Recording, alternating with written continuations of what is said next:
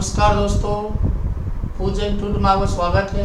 मैं आर के सर आज आपके लिए Rajasthan high court RSMSSB steno exam 2020 की आपके लिए वेरी इम्पोर्टेंट डिक्टेशन लेकर आया हूँ साथियों।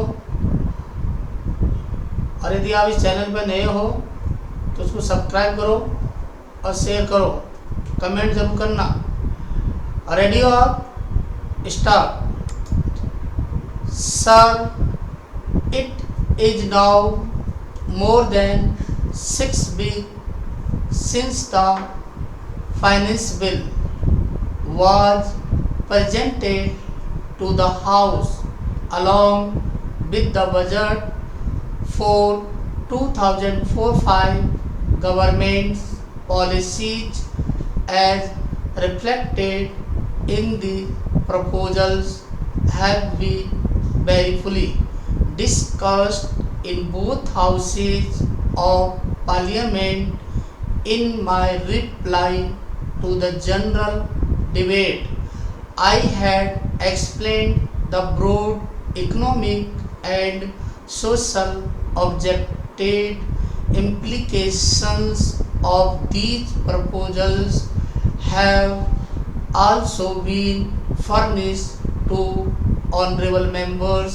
I would in particular draw attention to the document rationale of the tax proposals circulated a few days ago, which the specific tax measures in the finance bill.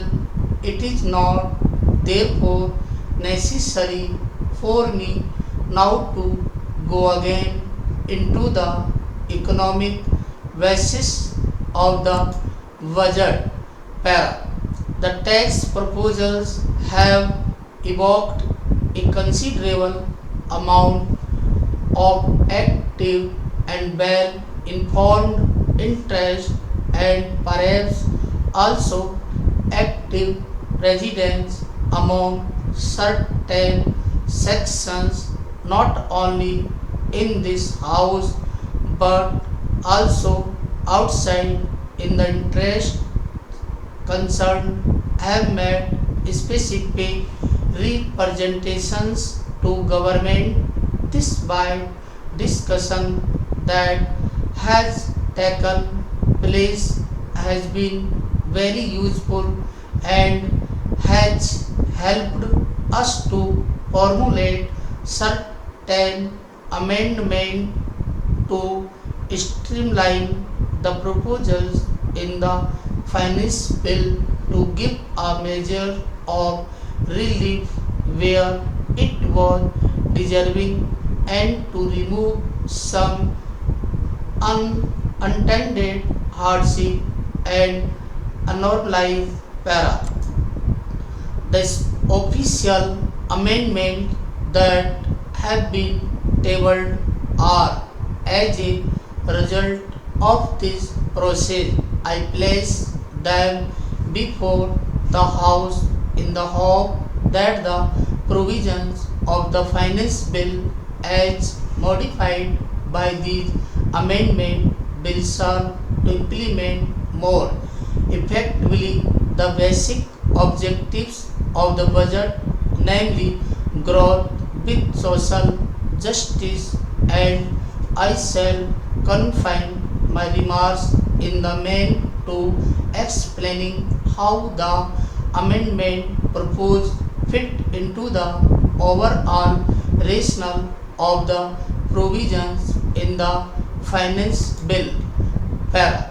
Sir, at the time of introducing the budget, I gave some thought whether it was necessary for me to introduce the finance bill as to related to direct taxes at the same time, and whether I should not follow the practice followed in the United Kingdom of introducing a bill later on after outlining the provisions. Finally, I stuck to the convention, but in the light of my experience this year, I do hope to be able to make the departure, namely to announce the proposal first and bring in the bill later para.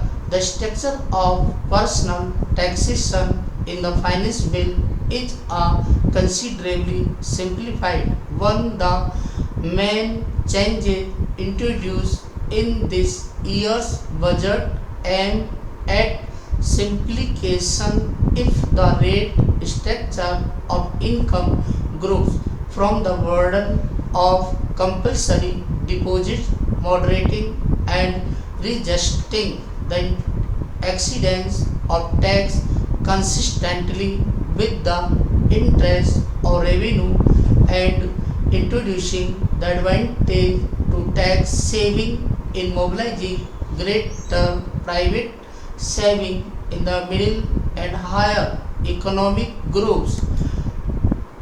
Overlapping surcharge on income tax and super tax have been abolished and replaced by single surcharge for purposes of the Union. This surcharge operated in respect of unearned income only when such income exceed rupees 90,000, and in regard to earned income when such income is over rupees 1 lakh para. In carrying out these changes in the structure of personal taxation, a somewhat higher exceedance of tax might have arisen at some income levels when compared with the exceedance of flat tax for 2003-4 exclusive of the element of compulsory deposit. This has been criticized in the House and outside, and I have been considering whether some concession could be given to lower income groups in the income range up to rupees 20,000 para.